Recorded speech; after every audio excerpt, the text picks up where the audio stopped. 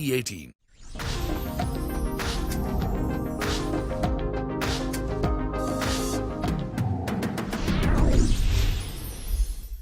This week on Storyboard, we are catching up with Truecaller co-founders Nami Zarringhalam and Alan Mamedi exclusively on Storyboard on Truecaller, attaining 350 million user milestone globally, way forward when it comes to spam management. We are catching up with Sonia Khurana, Chief Operating Officer, and Uni Radhakrishnan, CEO Digitas India, on some of the challenges that digital marketing leaders struggle with. Hello and welcome to Storyboard. I'm Shibani Gharat. Truecaller, as we know, is a Swedish company founded in 2009 in Stockholm by Nami Zarringhalam and Alan Mamedi.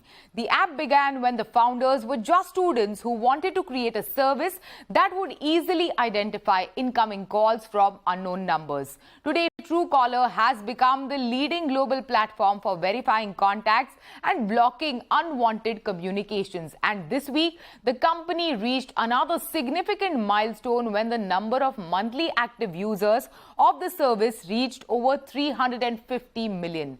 India is one of the largest markets for the company, and Truecaller has been growing at a staggering pace here, which also highlights how big a problem spam is in the country. I'm catching up with Alan and Nami exclusively, who are visiting India, and speaking to them about the significance of the India market.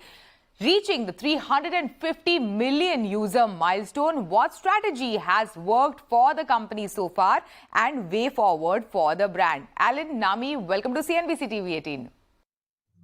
Thank you for having us. Alan, first up, reaching 350 million users, reaching that milestone, how does it feel like? Yeah, I mean, it's a fantastic achievement, of course, having 350 million users globally, of course.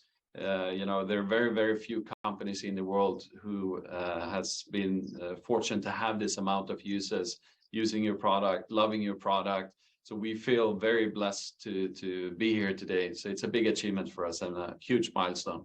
What is the strategy, Nami, that has worked for the brand so far? Always thinking about, you know, what can we do better? How can we be better? So I think that has been like overarching for the whole app actually, and the experience, and try to make it as simple as possible for everyone to use Truecaller and get benefits out of Truecaller.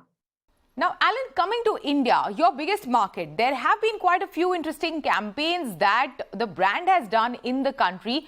Which one has been your favorite? I think the It's Not Okay campaign that we ran last year in February and March was the one that I was most proud of, because I think the impact we had to create the awareness around women's safety, and what to do, you know, where do you actually go, which number do you call, just bringing this important subject up has always been important to us.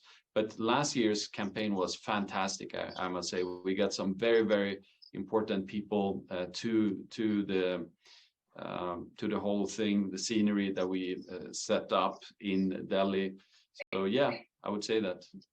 Nami, over to you. Today, we are facing threats and nuisance in different forms. Apart from security breaches, there are a range of issues such as missed calls, blank calls, fake calls, etc. that scammers are using, and scammers are getting sharper by the day. What are you guys doing to arrest this?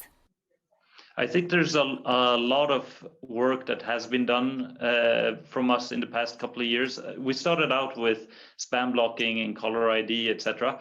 I think we've really specialized in the past 2 years or so in giving you information that also tells you whether this is fraud, like a fraudster is calling you or texting you, trying to get an OTP from you, you know, and especially for our more senior users, I think that has been a extremely big help and benefit for them to use Truecaller.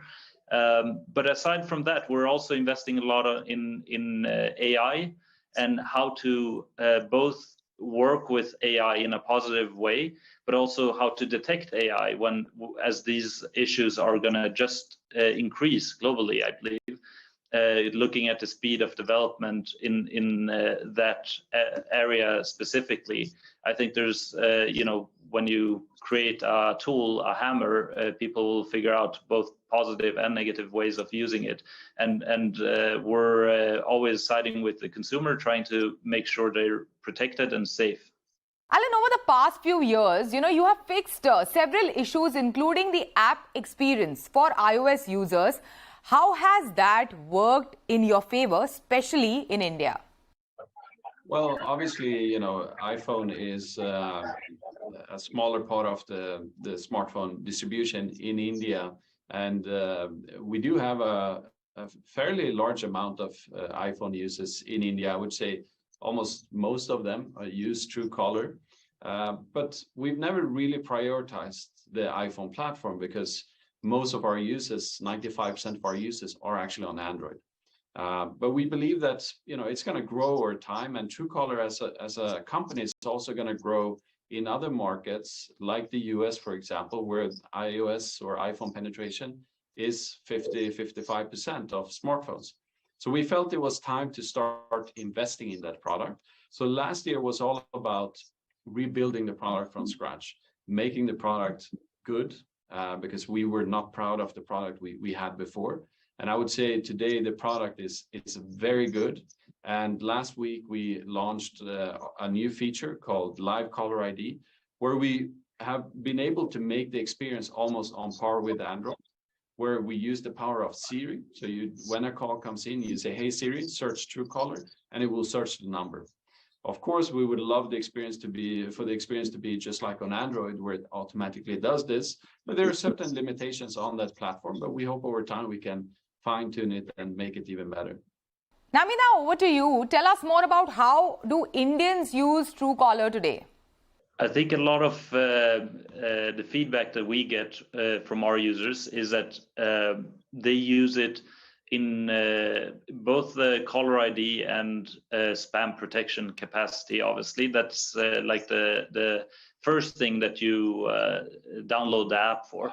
But then what we've been hearing more recently is how Google Pay Care numbers, sending SMSs, trying to fraud people, or sending links, trying to impersonate HDFC websites, getting you to log in with your bank access to kind of collect that information so that they can later on use that information to withdraw money from your account. And all of these cases of fraud happening using SMS messaging, and our capability to both detect them but also caution our users before clicking these links when we know that they are unsafe, and really make them aware, and even like disabling clicking them for the safety of our users. And I think those are capabilities that we built over the past 2 years in terms of fraud detection that has really served our users well, and they're just discovering how capable Truecaller is on the messaging side. Moving on, Alan, what is the further potential of growth, and what are the areas that you wish to tap into? Yeah, I think, as I mentioned, we have only in India around 250 million active users. And there are around 500 million connected smartphones in India. So obviously we have more potential, more people to help and educate and onboard to our product. But I think what's exciting is that the number of connected smartphones will continue to grow every year. So that obviously creates a lot of opportunities for everyone. But the things we are working on around calls and messaging to make that experience safer and more efficient for our users, I think that's going to keep us very busy for quite some time. And our focus is to build functionalities on top of that. So for example, we're going to launch our AI assistants quite soon in India. We just yesterday launched our AI SMS protection service in the product, just like Nami mentioned. So we're building many things on top of this. And I think when it comes to fraud and spam, you should keep in mind that this is their full-time job. They're going to be clever. They're going to find new ways to lure consumers into bad things. And our job is to make sure that we keep them safe. So it's a very exciting opportunity and area that we're in. And Nami and Alan, this question goes to both of you. Finally, before we go from 2009 to now, how has Truecaller really evolved, and what have been, according to both of you, what have been some of the key milestones of this journey? We were actually talking about this just yesterday. One of the key milestones for us was the growth that we saw in India. Obviously, that was a turning point for the whole company. But then secondly, when we started our team in India and actually started to grow the team in India, the amount of learning, the expedited speed of development, the product enhancements that came with that, and the talent pool that we could tap into has been amazing. So I think those were two key milestones. Obviously, going public with IPO was an amazing journey as well. But I'll leave some words for Alan as well. Maybe he can share some of the milestones that he thought. And what do you have to add to that, Alan? No, I agree to everything Nami said. Another milestone that we both, talked a lot about is obviously going profitable, being a profitable business. We always had the ambition to go break even. So we used to track, how far are we from going break even.